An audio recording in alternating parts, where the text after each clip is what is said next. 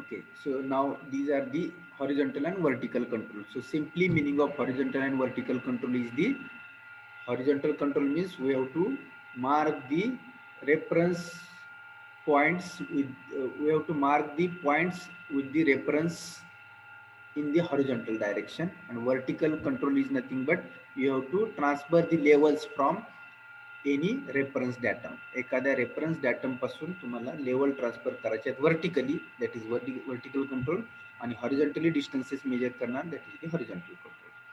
Okay, so now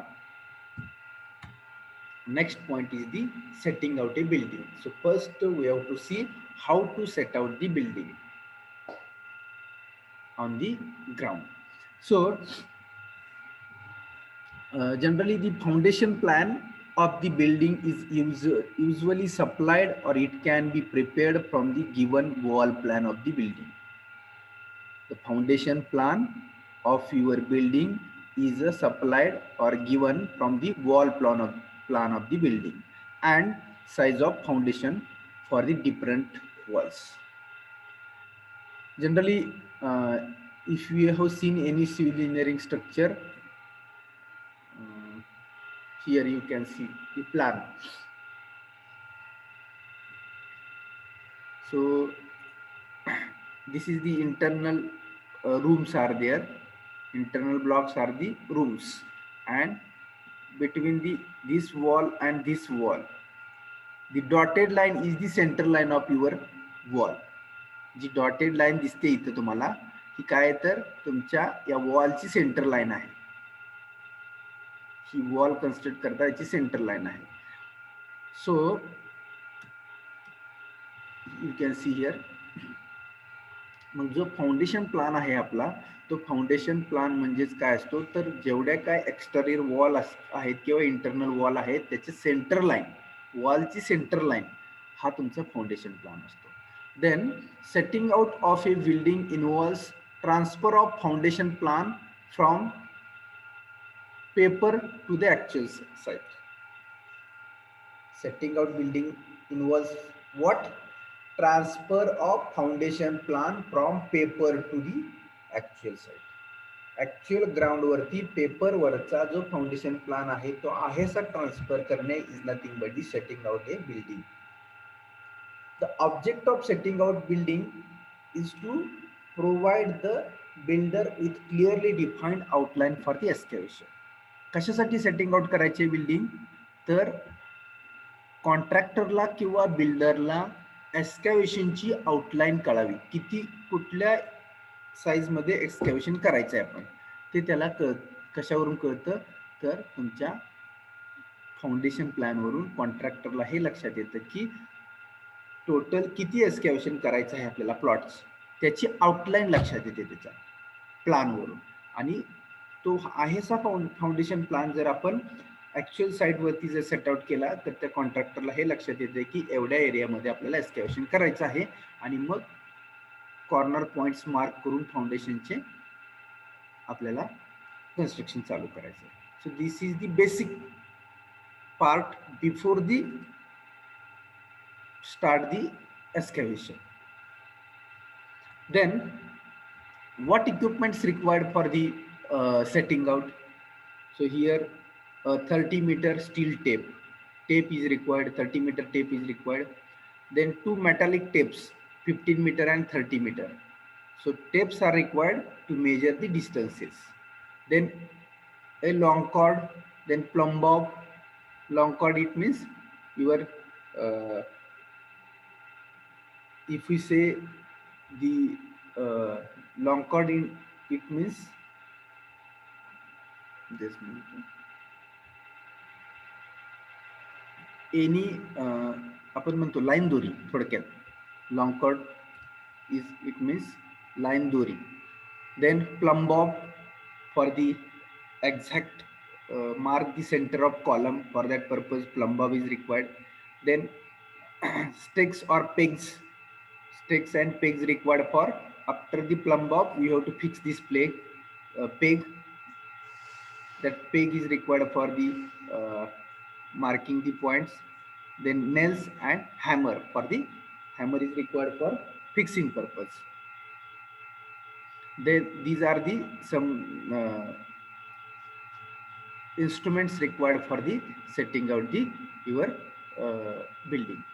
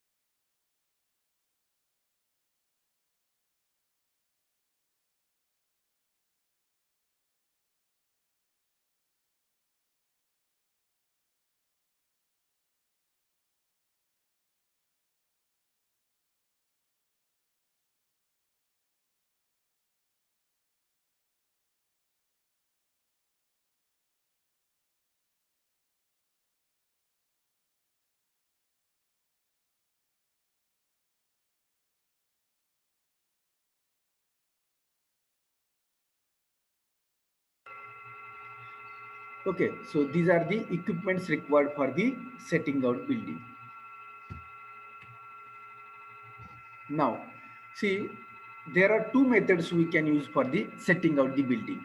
So, generally in examination, theory question, you are asking setting out the building, just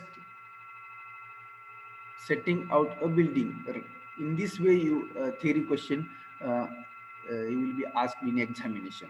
So, setting out building. So, if you the first method for the setting out building is a setting out building by circumambing rectangle and setting out building by the center line rectangle.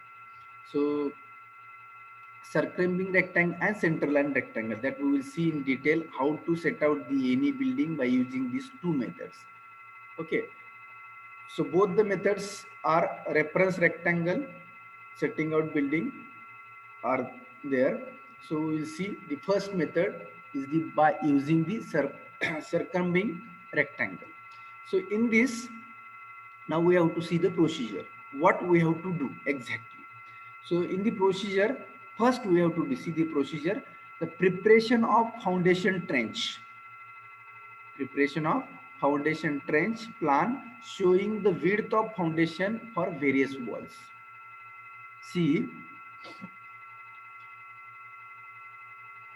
width and length of building we know from the plan. Plan वरून आपल्याला बिल्डिंगची width किती आहे, front साइडची width किती आहे आणि पाठीमागची length किती आहे, किंवा फ्रंट साइडला लेंथ असेल आणि पाठीमागे विड्थ असेल तर ते आपल्याला प्लान वरून मिळतं. So from this plan the preparation of foundation trench. So with the help of this width, we have to prepare the foundation trench. म्हणजेच फाउंडेशन ट्रेंच म्हणजेच काय, जेवढी काय विड्थ आणि लेंथ आहे तेवढ्या लेंथला आपण काय करू शकतो, एक्सकॅव्हेशन करून फाउंडेशनचा ट्रेंच तयार करू शकतो. That is the first step by using the by knowing the width of your building or bungalow or length of your building and bungalow, you can prepare the foundation trench. So that is the first procedure. Then second point, temporary pegs are driven at the actual corner. Temporary pegs are driven at the actual corner point of the foundation plan. So as I told you, pegs are required. Peg म्हणजे काय, एक simple मराठीमध्ये आपण म्हणतो खुंटी, जिथं आपण एखादी आपली जनावर बांधतो खुंटीला, ती सिंपल खुंटी म्हणजेच तुमची काय, पेग. त्याला in our technical field we are talking about the peg. So temporary peg are driven at actual corner points of the foundation plan. एकदा तुमचा foundation plan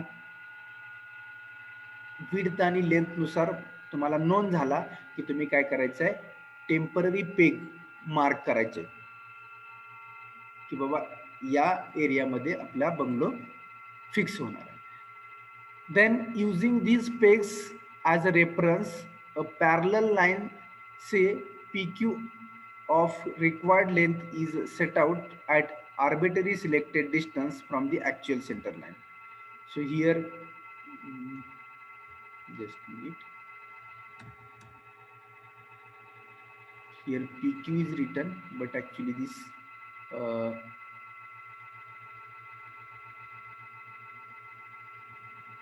ABCD, instead of ABCD, they have here we have written PQRS. So A as P, B as Q, R as C and S as D. हे लक्षात घ्या. PQRS म्हणजेच ABCD आहे. Okay. So here PQ of required length is set out at an arbitrary selected distance from the center line. Centre line वरून हे AB distance जे आहे, जे आपण तिकडे PQ म्हटलंय, हे काय करायचं, एक मार्क करून घ्यायचं की टेंटेटिव्ह डिस्टन्स आहे. आपण अजून एक्झॅक्ट बिल्डिंगचं कॉर्नर फिक्स केलेले नाहीत अजून. टेंटेटिव्ह AB लाईन आपण मार्क केली. Then a chord is stretched between the peg P and Q. a chord म्हणजेच लाईन दोरी. A आणि B ला एक लाईन दोरी मार्क करून घ्यायचे. Then at P a line is set out perpendicular to PQ. On the line the position S is marked by setting a peg. See, AB line mark झाली तुमची. तुमचं building आहे तर बिल्डिंगची AB लाईन मार्क झाली. AB लाईनला perpendicular direction मध्ये तुम्हाला सांगितलंय S सेट करा. म्हणजेच हा D इथं. हा जो D कसा सेट करणार, A ला AB लाईनला परपेंडिक्युलर लाईन मार्क करायची. जर AB ला परपेंडिक्युलर लाईन मार्क झाली तर तुम्हाला हा D पॉइंट मिळतो आणि इथं पेग सेट करायचा. सिमिलरली AB ला B मधून परपेंडिक्युलर लाईन मार्क करायची आणि C मिळेल आणि AB ला पॅरलल CD होईल. Are you getting? So here return PQ mark झाली. PQ मधून परपेंडिक्युलर काय टाकायचा, PQ ला परपेंडिक्युलर P मधून टाकायचा आणि ती लाईन म्हणजे तुमची पोझिशन ऑफ S असेल. It should be mark by peg. So then next step here, step number 4 is here return. Step number 4 is repeated at point Q so as to obtain point R. जसं म्हटलं AB ला A मधून perpendicular mark केल्यावर D मिळणार, तसा AB ला जर B मधून परपेंडिक्युलर मार्क केला तर काय C मिळणार. So that is the step here. Then having now set out the reference rectangular PQRS. So ABCD is the your reference rectangle. तुमच्या बिल्डिंगच्या बाहेरच्या बाजूला हा रेफरन्स रेक्टँगल तयार झाला. Are you getting? Outside the building the reference rectangle is generated. Now once all the points are stacked, a chord is passed around the periphery of the rectangle and actual excavation line are marked using the line. So this ABCD is your outer boundary of the building. So with the help of this outer boundary you got the rectangle आणि ह्याच्यावरून तुम्ही काय करायचं तर actual excavations lines are marked by using these lines. मग ह्या लाईनचा use करून तुम्ही काय करायचं, आता हे इंटरनल आहे. आता ही ऍक्च्युली इंटरनल दिसते ती बिल्डिंग बाउंड्री आहे. तर ह्या बिल्डिंग बाउंड्रीचं या लाईन पासून डिस्टन्स मेजर करायचे, या चारही लाईन पासून डिस्टन्स मेजर करायचे आणि हा एस्कॅव्हेशनचा ट्रेंच एस्कॅव्हेट करायचा. हा आहे तो तुमचा internal excavation trench by same distance. इथं बघा 2 metre 2 metre 2 metre 2 metre. If you see the distances 2 metre 2 metre 2 metre म्हणजे चारही लाईन पासून 2 मीटर वरती तुमचा सेंटर लाईन असेल तर त्या हे डिस्टन्स मेजर करायचे आणि मग तुमचं हे ऍक्च्युअल एस्कॅव्हेशन करायचं. आता हे तुमची काय एक्सटर्नल वॉलची सेंटर लाईन. मी काय सांगितलं, dotted line indicates the centre line of external walls. जी तुमच्या बिल्डिंगची एक्सटर्नल वॉल आहे त्याची ही सेंटर लाईन आहे. तर हे सेंटर लाईन पर्यंत डिस्टन्स चारही लाईन पासून मार्क केलं आणि मग आता तुम्ही या एरियामध्ये एस्कॅव्हेशन करू शकता. So this is the your excavation part. Now here check we have to take. So in step 4 and 5 it means जिथं आपण ए बी लाईन मार्क केली, डी पॉइंट आणि सी पॉइंट कसा मार्क केला तर ए बी ला perpendicular ए मधून टाकल्यावर डी मिळाला, ए बी ला परपेंडिक्युलर बी मधून टाकल्यावर सी मिळाला आणि हा रेक्टँगल तयार झाला. सिमिलरली या स्टेपमध्ये म्हणजे इथल्या स्टेपमध्ये after marking point S and R, after marking this C and D point respectively, the diagonal QS and PR should be measured. म्हणजेच बघा BD आणि AC, BD आणि AC what are these? These are the diagonals. BD आणि AC काय आहेत? हे diagonals आहेत. मग चेक कसा घ्यायचा? AB ची लेंथ आपल्याला नोन असते, CB ची पण लेंथ नोन आहे. जर CB चा स्क्वेअर आणि जर AB चा स्क्वेअर केला तर ही AC ची लेंथ आपल्याला मिळायला पाहिजे का अंडर रूट मध्ये घेतल्यावर? Diagonal AC is the diagonal, AC is the diagonal. ह्या डायगोनलची लेंथ किती असायला पाहिजे व मेजर केली तर? AB square plus BC square, under root of AB square plus BC square, then you will get AC. हा चेक घेऊ शकता तुम्ही. AC C पॉइंट आणि D पॉइंट एक्झॅक्ट मार्क झालेत की नाही हे कसं कळणार आहे तुम्हाला? दिस C पॉइंट आणि D पॉइंट हे एक्झॅक्ट मार्क झालेत की नाही कसं कळणार? तर AC आणि BD ह्या डायगोनलची लेंथ तुम्हाला कशी मिळणार आहे? AB चा स्क्वेअर आणि जर AD चा स्क्वेअर केला आणि ते अंडर रूट मध्ये घेतलं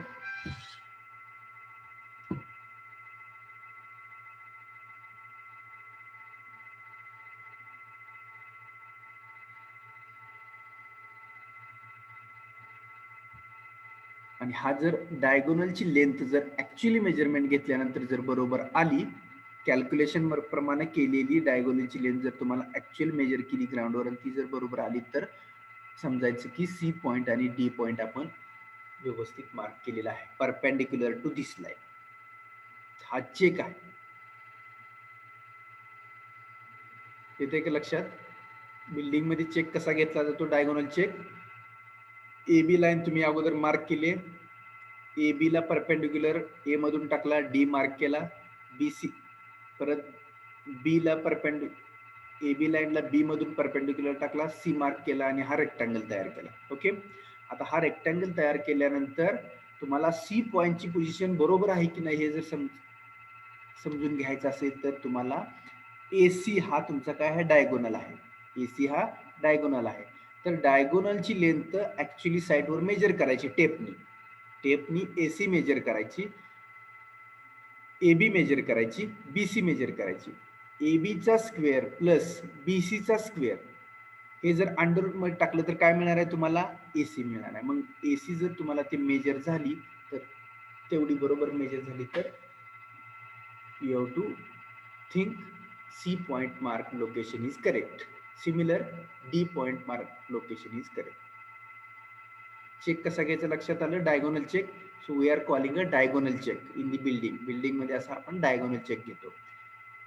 किंवा कॉलमच्या पोझिशन, कॉलम तुमचे प्लीथ मधून वर आले, 3 कॉलम असतील तर असाच डायगोनल चेक आपण फील्ड वरती घेत असतो. प्रत्येक फ्लोअरला प्रत्येक कॉलमला डायगोनल चेक घ्यायचाच ज्यावेळी कॉलम कन्स्ट्रक्ट करणार आहे त्यावेळी किंवा फुटिंग मधून ज्यावेळी कॉलम वरती येते त्यावेळी. So this is the your first method to set out the your plan on the ground. So now second method is the center line rectangular method. So generally this method we are using on the site. Generally he method आपण site वरती use करतो. So what is the procedure? So this is the building. ही आहे ती outer boundary, जसं ABCD म्हटलं आपण. Dotted line आहे ही internal dotted line आहे तो इथं ABCD लिहित होता. इंटरनली ABCD डॉटेड लाईन आहे ही तुमच्या वॉलची सेंटर लाईन आहे. जो बंगलो असेल आणि त्याची एक वॉल असते त्या वॉलची ही सेंटर लाईन आहे. तर या सेंटर लाईन एक्सटेंड केल्या जातात बाहेरच्या बाजूला. अशा बघा, हे बाहेर एक्सटेंड केले आणि हे राऊंडचे हे पॉइंट बाहेर पूर्ण बिल्डिंगच्या बाहेरच्या बाजूला हे पॉइंट मार्क केले जातात. So now what is the procedure? See, the reference rectangle formed by the center line of the outside wall of the building as shown in figure.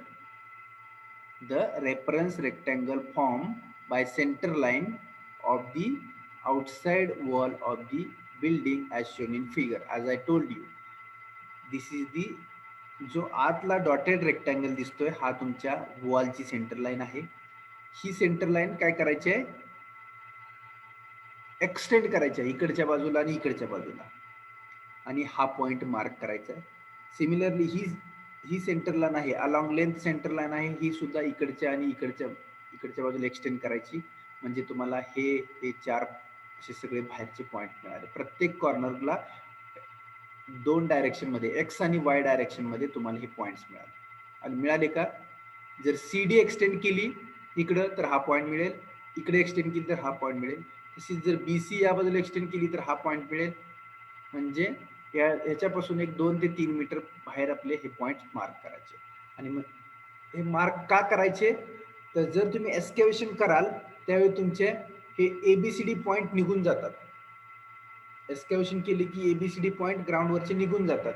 मग हे बाहेरचे जे पॉइंट आहेत, हा आणि हा पॉइंट, याला लाईन दोरी बांधायची. त्या बाहेरच्या ह्या 2 पॉइंटला AD लाईन आहे ना, ही AD लाईन मध्ये जे एक्सटेंड केलेले 2 पॉइंट, याला लाईन दोरी बांधायची. या दोन्हीला लाईन दोरी बांधली की तुम्हाला परत या लाईन मध्ये इकडं AD लाईन मध्ये लाईन दोरी बांधली, परत AB लाईन मध्ये लाईन दोरी बांधली.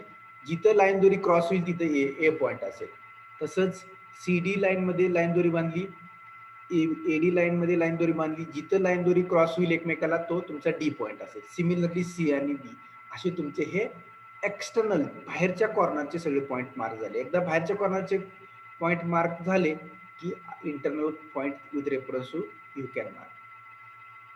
येते का लक्षात? अगोदर प्रोसिजर बघू, त्यानंतर परत एकदा एक्सप्लेन करतो. Figure as shown in figure is known as a center line rectangle.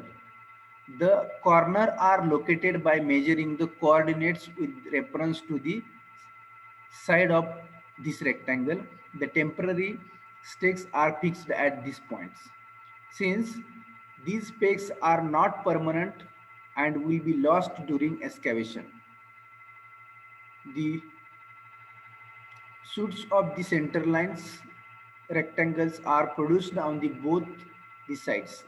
As I told you, he centre line काय करायची? एक्सटेंड करायची म्हटलं, आणि इकडच्या बाजूला आणि इकडच्या बाजूला पेग मार्क करायचे. तशीच BC सेंटर लाईन काय करायची? एक्सटेंड करायची, हा आणि हा पॉइंट मार्क करायचा.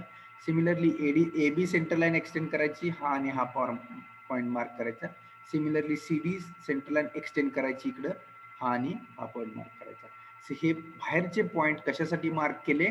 तर ज्यावेळी इथं एक्सकॅव्हेशन कराल त्यावेळी इथले ABCD पॉइंट तुमचे निघून जातात, प्लॅनवरनं टेम्पररी मार्क केलेले.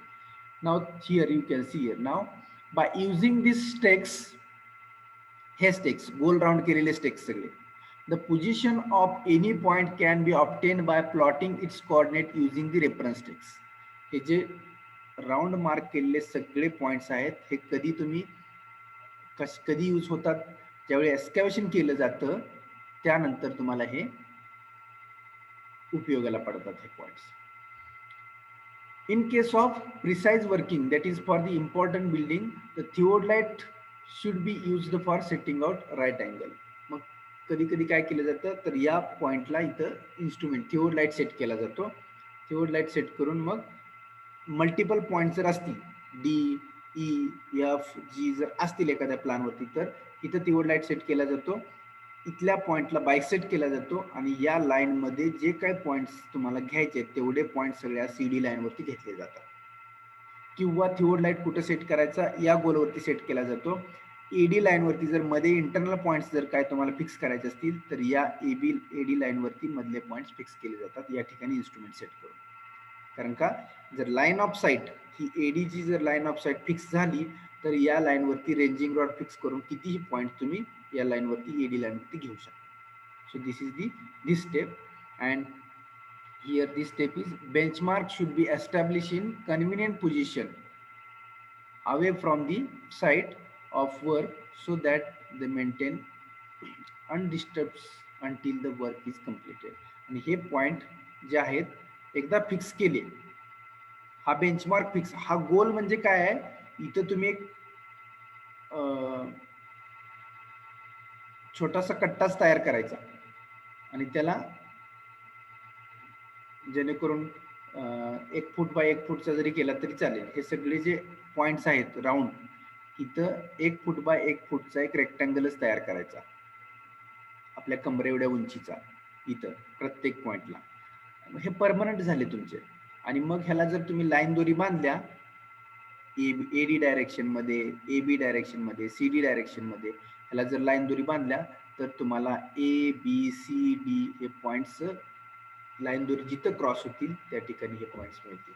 आणि मग या लाईन वरती परत तुम्हाला जिथं पाहिजे तिथं पॉइंट घेता येतात. So in this way we can set out the building. येते का लक्षात? या वेनं आपण काय करतो, बिल्डिंग सेटअप करतो.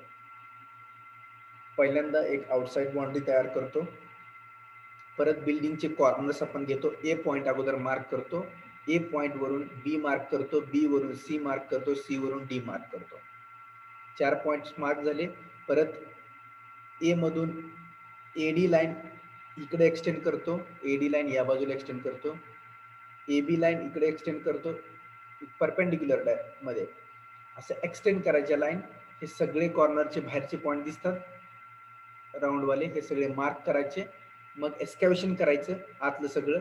एक्सकॅव्हेशन झालं की हा पॉइंट आणि हा पॉइंट याला लाईन दोरी बांधायची, हा पॉइंट आणि हा पॉइंट याला पण लाईन दोरी बांधायची.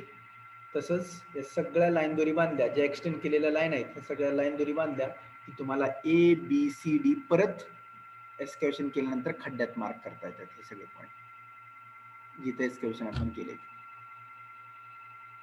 सो जोपर्यंत हे प्रॅक्टिकली तुम्ही करू शकत नाही तोपर्यंत मी किती जरी सांगितलं तर ते तुमच्या लक्षात येणार नाही.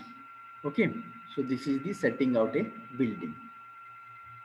Now next point is the setting out A culvert. Culvert कसं असतंय? So this is the plan of culvert. Culvert म्हणजे काय? एक नाला असतो, त्या नाल्याला पलीकडच्या बाजूला एक अबॅटमेंट कन्स्ट्रक्ट करायचं, अलीकडच्या बाजूला एक अबॅटमेंट कन्स्ट्रक्ट करायचं आणि त्याच्यावरती slab. Second example of culvert is the, तुम्ही कॅनॉल पाहिला एखादा, कॅनॉलवरून ज्यावेळी तुम्ही मूव्ह असता, खालून पाणी जातंय कॅनॉलच्या आणि कॅनॉलवरून मूव्ह होत आहे, ते स्ट्रक्चर म्हणजे तुमचं कल्वर्ट असतं.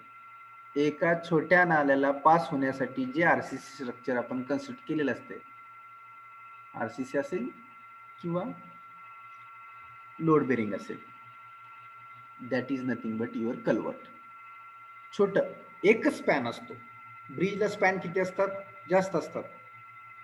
नंबर ऑफ पियर्स जास्त असतात ब्रिजला, कारण का रिव्हर ब्रिज हा कुठं कन्स्ट्रक्ट करतो? नदीवरती, रिव्हरवरती. मग मधले जे सपोर्ट्स असतात ब्रिजचे ते जास्त असतात. तसं कल्वर्टला सपोर्ट जास्त नसतात, डायरेक्ट एंडला 2 सपोर्ट असतात आणि मध्ये स्लॅब असतो. मग ते छोट्या नाल्यावरती असतात, म्हणजेच कॅनॉलवरती किंवा एखाद्या छोट्याशा ओढ्यावरती जिथून फक्त तेवढ्याच स्पॅन मधून पाणी पास होतं. So that is the culvert. So how to set out culvert? So see, the setting out a culvert involve locating the corners of a abutments,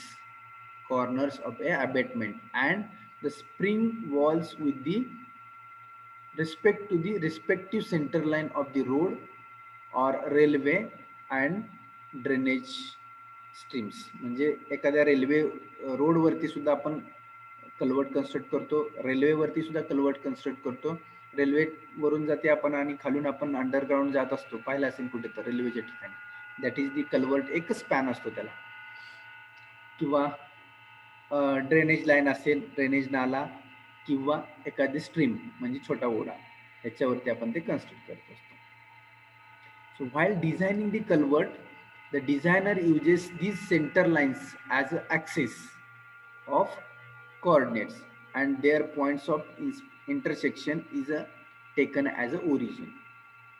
So if you see here, so here तुम्हाला हे sketch समजणं खूप important आहे. See now center line of the road CD, please see here, CD is the center line of road, म्हणजे तुमचं vehicle या direction मध्ये move होणार आहे. Are you getting?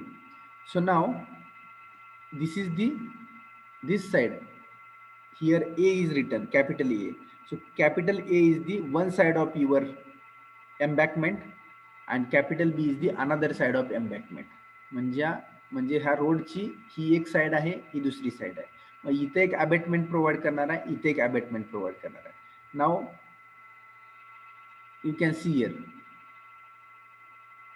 हा एक अबॅटमेंट आहे आणि इकडे एक अबॅटमेंट आहे. ह्याच्या खालून ए बी लाईन आहे, इथून पाणी वगैरे जात असणार आहे, स्ट्रीम असणार आहे. Okay, centre line of the stream. A B line म्हणजेच या डायरेक्शन मध्ये तुमचं वॉटर फ्लो होत असणार आहे आणि या वॉटर फ्लो वरती हा रोड कन्स्ट्रक्ट केला. म्हणजे हा एक अबॅटमेंट आहे इकडचा डार्क मार्क केलेला आणि हा एक डार्क मार्क केलेला आहे. स्मॉल ए, स्मॉल बी, स्मॉल सी, स्मॉल डी, इकडं ई एफ जी एच हे पॉइंट मार्क करायचे असतात आपल्याला. So this is the centre line of stream, this is the centre line of road. तर ह्या दोन्हीचा इंटरसेक्शन म्हणजे तुमचा ओ पॉइंट आहे, origin. Now we have to set out point A, B, C, D. हे स्ट्रक्चर आहे आपलं अबॅटमेंट.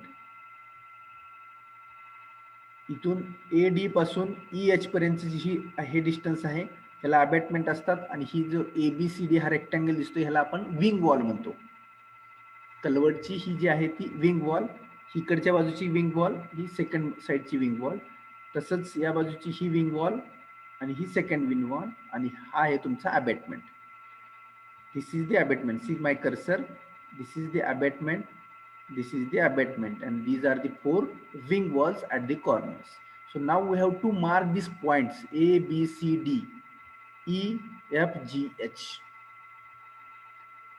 Same reflection या साइडला आहे. एक साइडची कन्स्ट्रक्ट कशी करायची प्रोसिजर समजली की या साइडची same.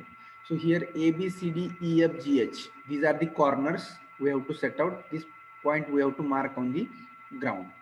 Then esting O1, O2, O3, O4. So O1, 2, 3 and 4. These are the points. Now 1 is this point, 2 point is this B point, 3 point is this D point and 4 point is this C points. So here written 1A, 2B, 4C and 3D. So where is 1A? Here A1 is written.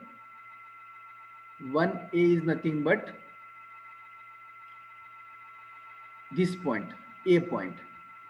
2B is nothing but 2 is here and B is here. So B point by through this line. Then 4C, this CG line is there. So this 4 point for this C. So similarly 1E, this right side points are given here. So now we'll see the procedure how to set out the culvert.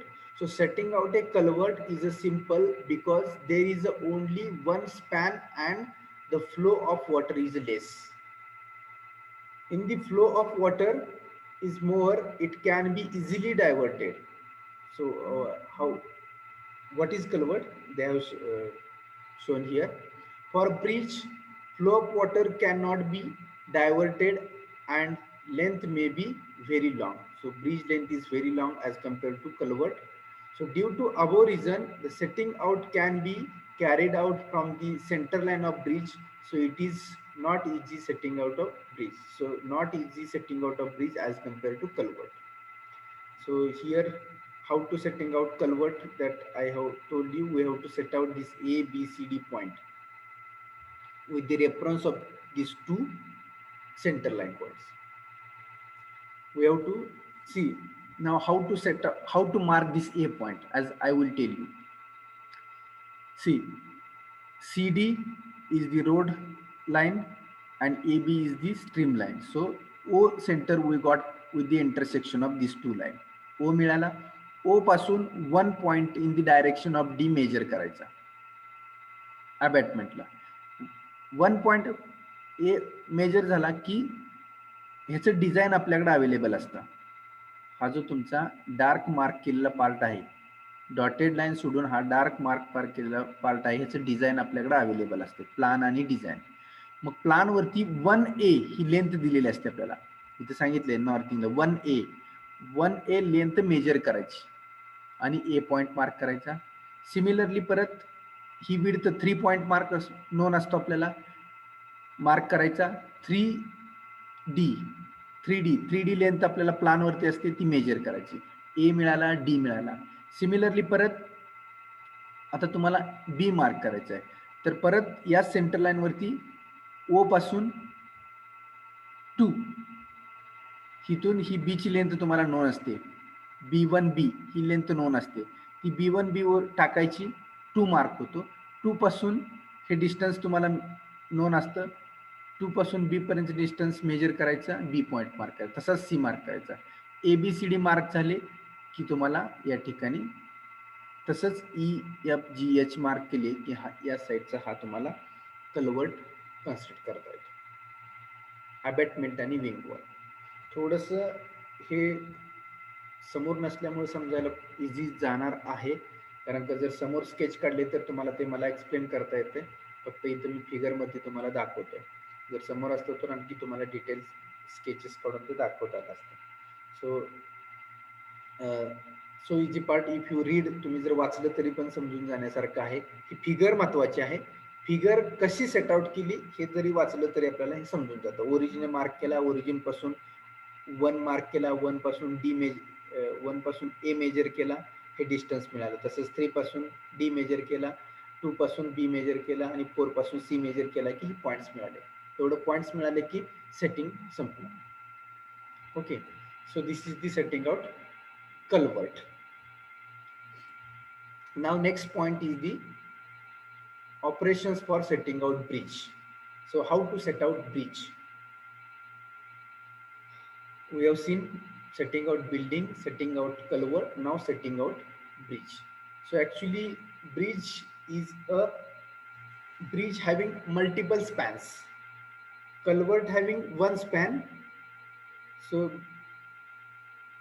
bridge हे तुमच्या कलवर्टचं repetition आहे जास्त span मध्ये.